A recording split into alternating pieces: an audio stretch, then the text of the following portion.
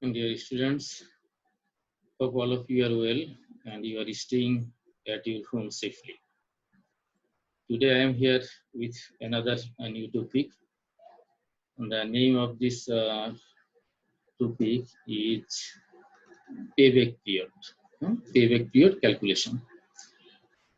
This is a part of capital budgeting technique or capital investment analysis in the course of financial management.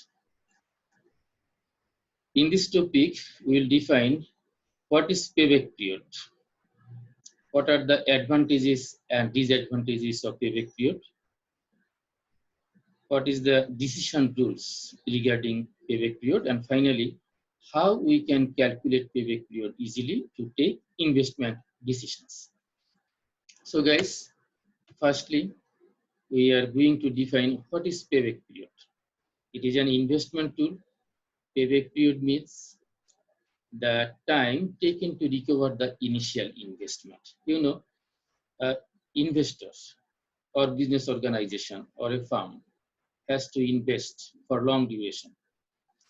So what is the time they have taken to recover their initial investment? This is the payback period. For example, if you invest like 1 lakh today means January 2020, and if you are getting back your money in May 1, that means you have taken 4 months to recover your initial investment. This is the payback period. So what is the rules of payback period? It is said that the shorter the payback period, the better the project. That means how quickly you can recover your initial investment. So the shorter the payback period, the lower the payback period, the better the project. So what is project? Project means areas of investment in where an individual, a business organization, or a large firm can invest their money for long duration. This is called investment project. And this project can be classified into two categories. One is called independent investment project, and another one is called mutually exclusive investment project. What is independent investment project? Those projects whose selection or rejection has no influence or impact on the selection or rejection of other projects. So in case of independent project, payback period less than a specified, a target number of years should be accepted. Mutually exclusive project means you should exclude all projects except one. That means if you accept one project, you must have to reject the others. This is called mutually exclusive project. So in case of mutually exclusive project, one investor should choose only this project which has the quickest payback period, which has the shortest, which has the lowest payback period. Well, so now we are aware about the payback period and their decision rules. So how we can calculate the payback period? To calculate payback period, we'll use a simple algebraic formula. Look at this formula. PBP. PBP means payback period. PBP equal to A plus B minus C divided by D. There are four factors A, B, C, D. Okay, and these signs have some notations. So what is the meaning of A, B, C, D in this formula? A means number of year before full recovery year. So my dear student, you must have to know what is full recovery year. It is the year, it is the time when an investor can get back his full amount of initial investment. This is called full recovery year. If full recovery year is 5, then A equal to 4. That means year before the full recovery year. B means initial investment. Initial investment, that means how much money one investor has invested initially. C means cumulative cash flow at year A. And D means actual cash flow at full recovery year. So by giving an example, we should calculate the payback period easily and quickly. So look at this example. Here, an investor named Mr. Jamal Mr. Jamal is evaluating a new project for his firm. He has determined that after-tax cash flows for the project will be taka 10,000 Bangladeshi taka 10,000 first year, cash flow taka 12,000 in second year, cash flow of third year is taka 15,000, cash flow of taka 10,000 in fourth year, and cash flow of taka 7,000 in fifth year. This is a 5-year project. It is mentioned that the initial cash outflow of Mr. Jamal is taka 40,000. So from this example, we should calculate payback period. So guys, to solve this problem, initially, it is easier to draw a timeline. If you use a timeline, you can easily find out the payback period. So this is a timeline, 0, 1, 2, 3, 4, and 5. 0 means present time. And then year 1, year 2, year 3, year 4, and year 5 shows the cash inflows from this investment. So put this value. Your initial investment present time is $40,000. Look here, there is a negative sign. Negative sign means you have invested this amount. Money goes from your pocket, so it is negative. But in this formula, do not use this negative symbol. You should use only 40,000. So then put the cash inflow, year-wise cash inflow. So what is the cash flow of first year? First year cash inflow is taka 10,000. Second year cash inflow is taka 12,000. Third year cash inflow is taka 15,000. Fourth year it is 10,000, and fifth year the final year cash flow is taka 7,000. This is year-wise cash inflow. So from this cash flow, one should calculate the cumulative cash inflow. Cumulative cash inflow. So first year cash flow is 10,000. So what is the total cash flow up to year 2? Up to second year, total cash flow is first year cash inflow plus second year cash inflow. 10,000 plus 12,000 equal to 20,000. Okay. So first year value plus second year value equal to second year total cash inflow 22,000. So up to third year cash cumulative cash inflow. First year 10,000, second year 12,000, and third year 15,000. So summation of these three is 37,000. So cumulative cash inflow of third year is 37,000.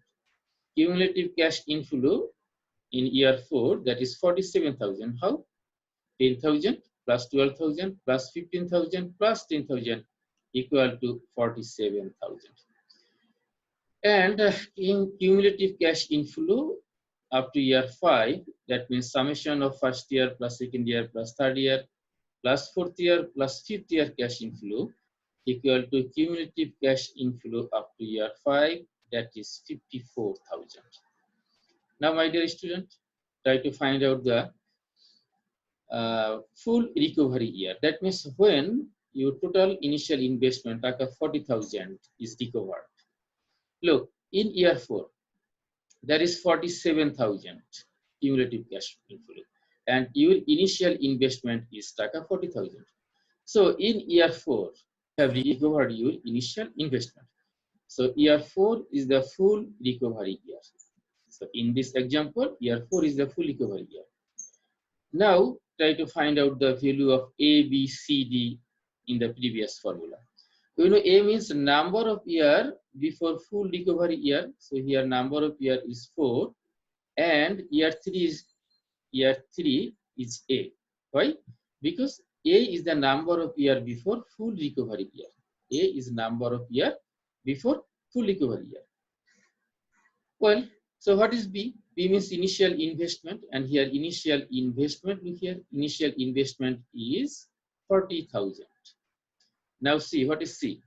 C is the cumulative cash inflow at year A. As our year A value is 3, so third year cumulative cash flow is 37,000 Bangladeshi taka.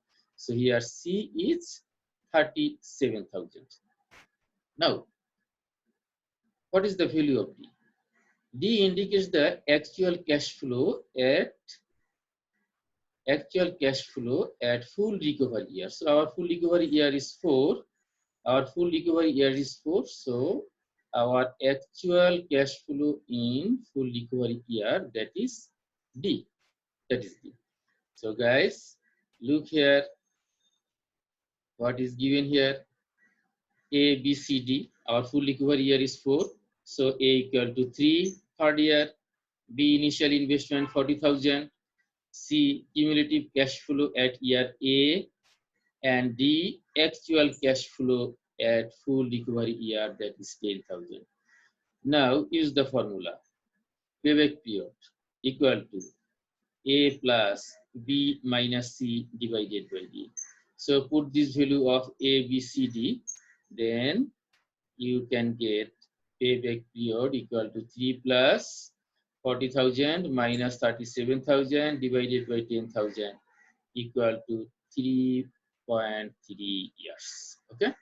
So from this example, we easily calculated payback period and the result is 3.3 years. So how an investor can make decision? How an investor can make decision from this result? To make decision, investor compare their target payback period with the calculated payback period. Target payback period means a value which is set by the investor earlier. That means it is their expected payback period. So in this example, Mr. Jamal has set his target payback period 3.5 years. 3.5 years. That means if his investment, if he able to recover his investment before 3.5 years, he should invest in this project. And you know, our calculated payback period is 3.3 years.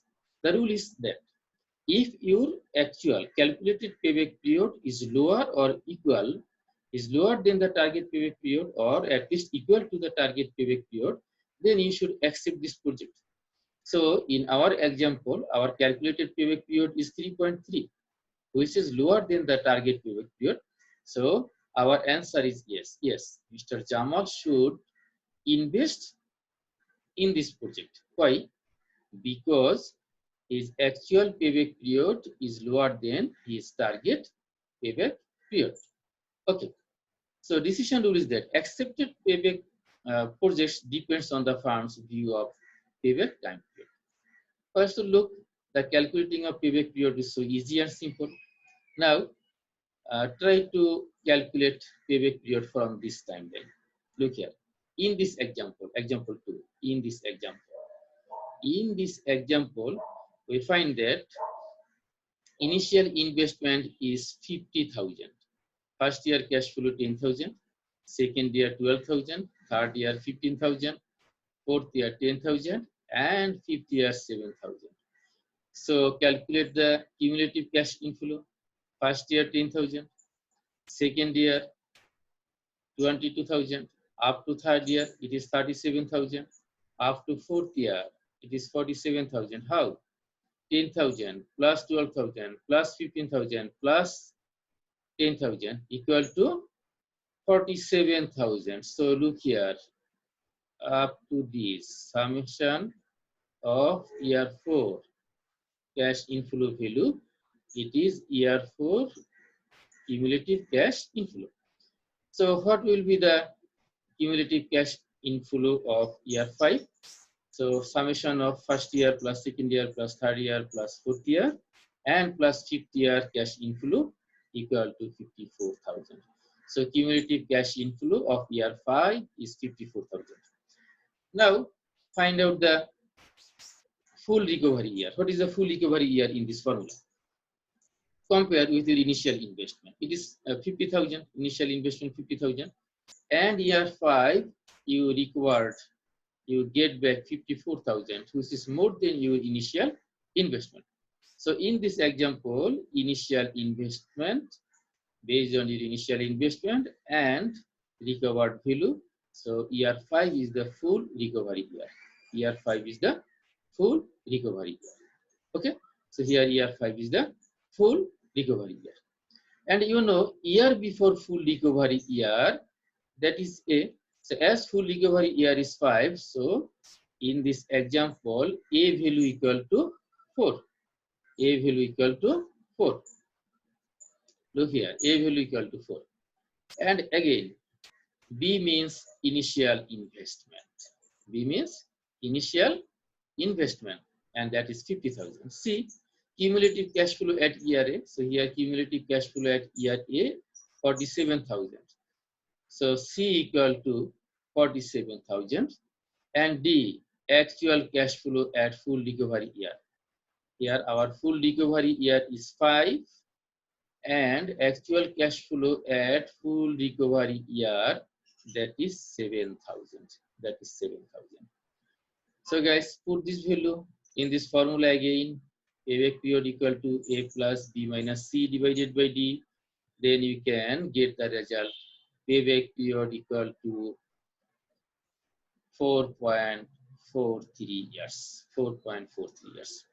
So I think you understood how easily you can calculate payback period and how does one investor can make investment decision for long duration investment.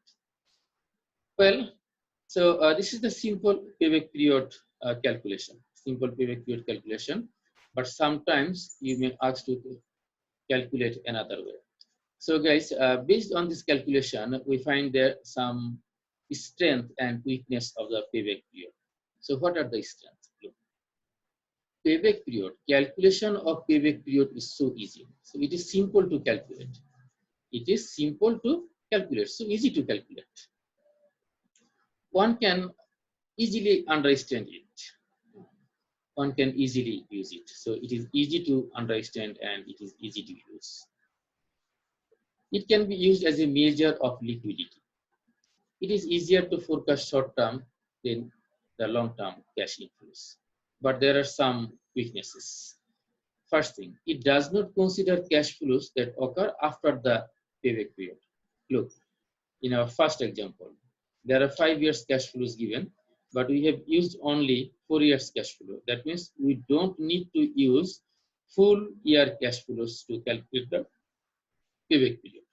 Second thing, it does not consider the time value of money. Money at your hand today and money which you will receive after 1 year, the value of money today and the value of money in future is not equal. So it is another problem. It does not take account of cost of capital. Cost of capital. If we borrow money from others, we must have to pay interest. Paying interest is the cost of capital. Look, in our payback period example, we did not consider the cost of capital. Another problem, it is unable to distinguish between projects with the same payback period. Look, payback period are same for both projects, but the profitability is not same. So in case of this profitability, payback period does not consider projects profitability. So there are some problems in payback periods. Another kind of payback period, this is called discounted payback period. Everything remains same. Previous example, in this payback period, we consider the time value of money. That means firstly, you should calculate the present value. You should calculate the present value of all cash inflows and then find out the full recovery year, find out the number of years before full recovery year, cumulative cash flow, and actual cash flow, and then use the same formula. Look this example. This is the annual cash flow, and we find out the present value of this cash flow by using 14% interest. And by using this cash flow, we find out the cumulative cash inflow. And from the cumulative cash inflow, we got full recovery year, A, B, C, D value. And putting this value into this formula, we got the payback period, discounted payback period, same way. So my dear students, I think you easily understood how easy to calculate payback period and how one investor can take decision based on this. So I hope you can use this practice at your home. So to get more videos like this, please subscribe my YouTube channel and follow me in my Facebook page. and stay at your home during this corona pandemic situation. Be safe. Thank you very much. Allah Hafiz.